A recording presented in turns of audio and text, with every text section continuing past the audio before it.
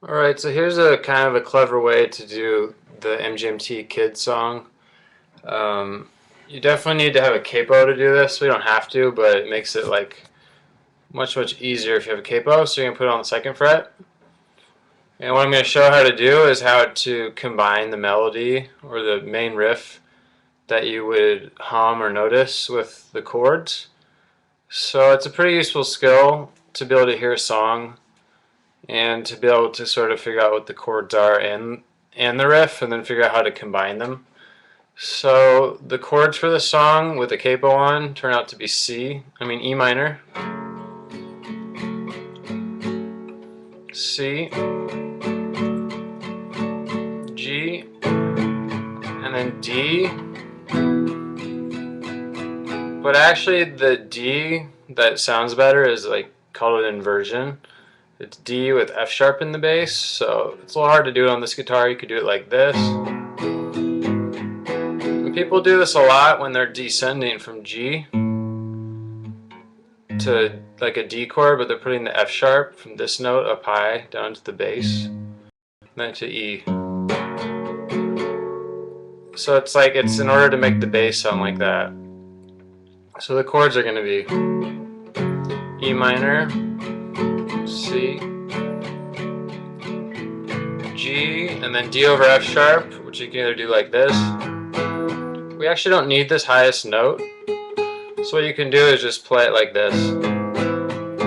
A lot of people just play this chord like this, which looks confusing, but if you realize that it's coming from D chord with F sharp in the bass, it makes more sense. You see this chord a lot going from G, D over F sharp, to E minor. So those are the chords, and the reason I did the chords first is that when I hear songs, I usually want to know what are the chords, because it really helps to understand what's happening. Sometimes I'll figure out the riffs first, but a lot of times I don't feel like I understand the song until I get the chords. So then the riff that everyone knows is so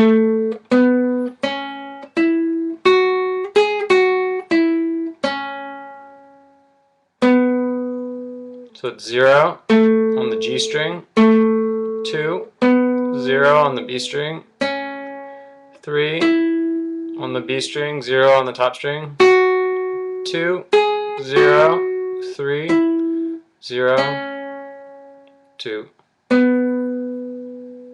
So you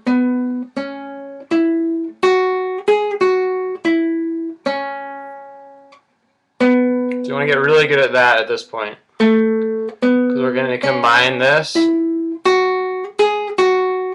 with the chords.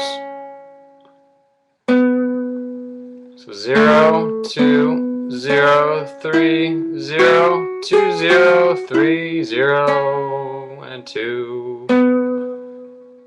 So you want to get really good at that.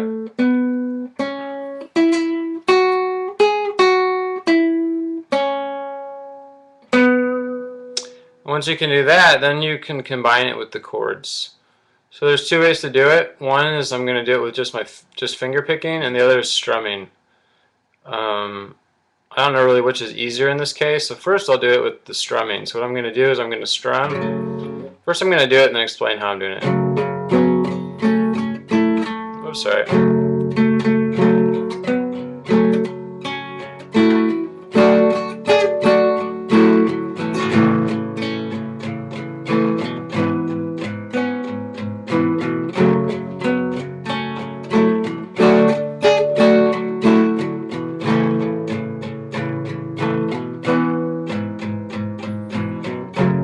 What I'm doing is that when I'm strumming, I'm not strumming the whole chord every time, because you could kind of hear the melody standing out on top of the chords. So like the first note I know that I need is this G, because I need to go. So what I'm doing when I strum, I'm only strumming to the note I need, because if I go higher, you're going to hear a different note standing out. So then I add the next note with my pinkie. Then I strum up to the next note I need, then up to the next note I need, then I need this note, so I strum C chord, but I strum all the way up to the top, And this note was hard to get, so I had to move my finger. Then I needed this note with my pinky. Then on the G chord, I needed this note. Then I needed this note. So it's like.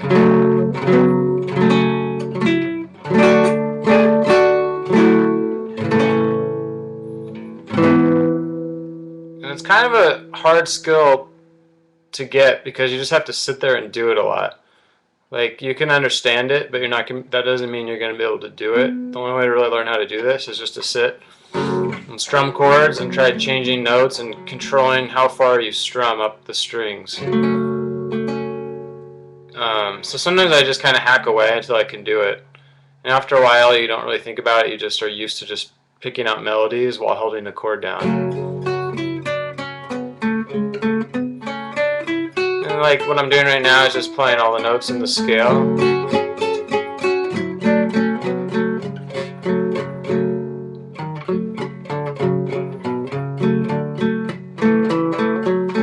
You just kind of get good at hacking away and not caring if you make mistakes. So I'll do it one more time, and then I'm going to do it the finger picking way. So this is E minor. And I switch to C.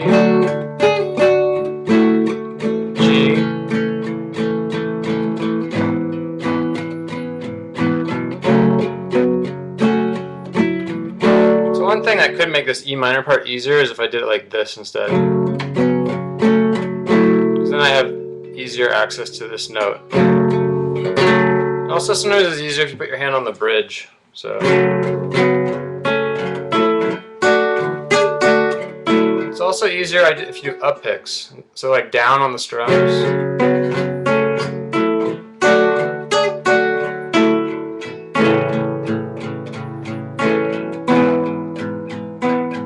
When you do an up pick, it's easier to find the note that you want without looking at your hand, and also to not accidentally strum too far up, because you're always aiming for like one highest note to get to ring out.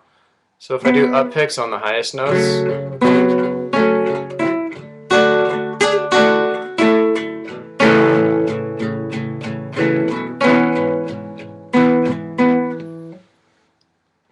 so anyways, that's how you do it with the chords. And remember, we're adding this melody into those chords. Now the other way to do it would be you only do 2 notes at a time, and you got to keep your thumb going. So instead of strumming E minor, you just hit the E in the bass. And then instead of strumming C, you just hold down the lowest note in the C chord. Then you go to the lowest note in the G chord. Then the lowest note in the D over F sharp chord. Oops.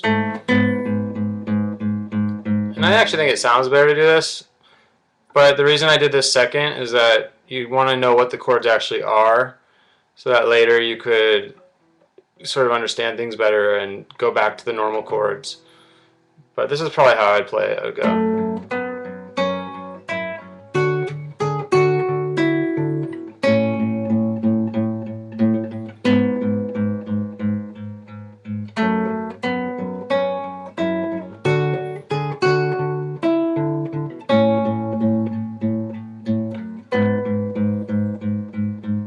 Then I would, then on the next part, when they start singing, I would just strum the chords because the melody drops out. And when you're interpreting a song that's electronic to guitar, you kind of have to fill stuff in because you don't have like the same textures they do. So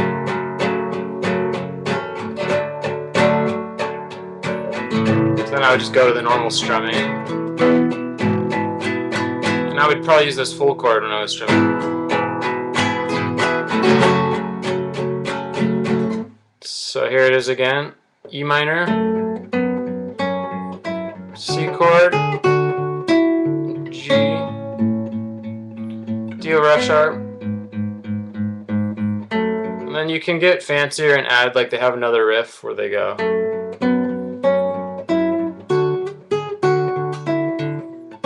After they do this, they go.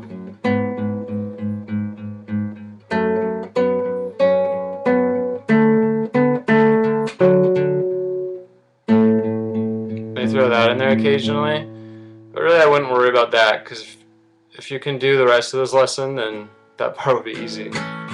So if you don't want to use a capo, it's also possible to do the same thing, it's just a lot harder. So the chords turn out to be F sharp minor, D,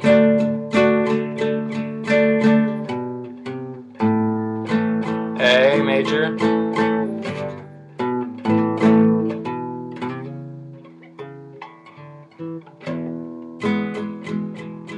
there we go, F sharp minor, D, A, and then we need an E major chord. So this, I really wouldn't, it would be really hard to do the strumming the whole chords with the notes, but you could do the single note thing. So the chords would be F sharp minor, this is without the capo, D, A, and then E major,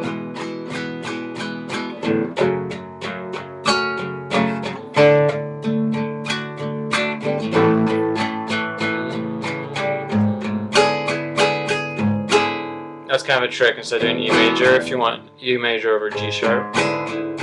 So with these chords, it's real hard to get the full riff in there because you'd have to hold down too much stuff.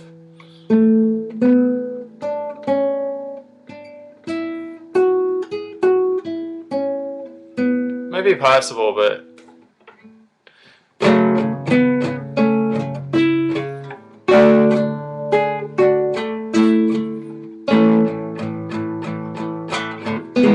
I just did it, but it's getting kind of awkward. But what you could do, and this is getting more advanced because the key of E major is definitely not as friendly for doing this kind of stuff. You go.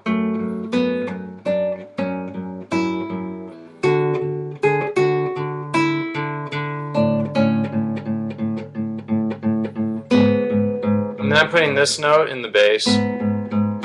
This is G sharp because the chord is E major over G sharp.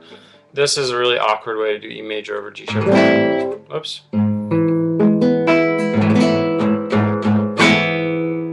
So you can do it like this. This is just E major with G sharp in the bass.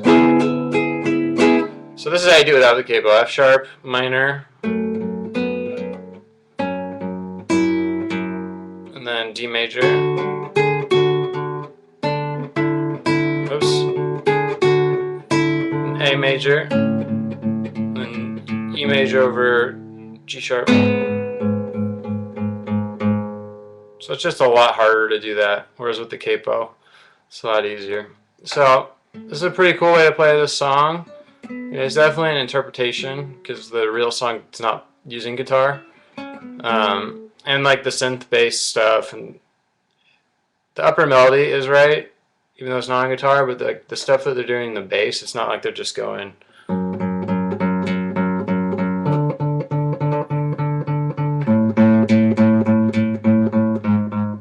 When you interpret it for guitar, it sounds kind of cool to do that. The last thing I would say, I'll go back to the capo, is that, you know, then you can start like getting a little fancier with the finger picking. You could do maybe, you could,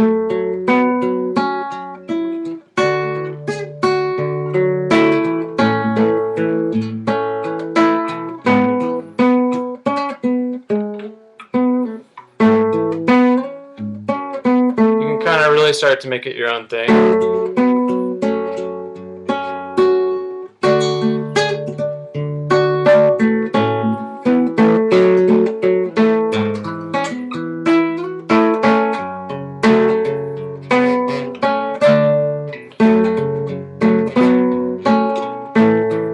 Oops.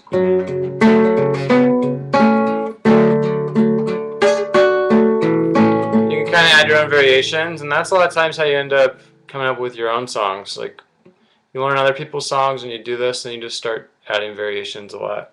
Or you could just kind of keep their same idea but add more notes to it. Like, that's what I started doing.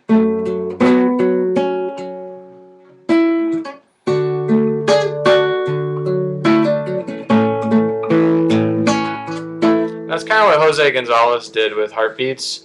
He just took the main idea, but definitely made it his own thing with the finger picking pattern he came up with. So that's it. Hopefully this was helpful. Bye.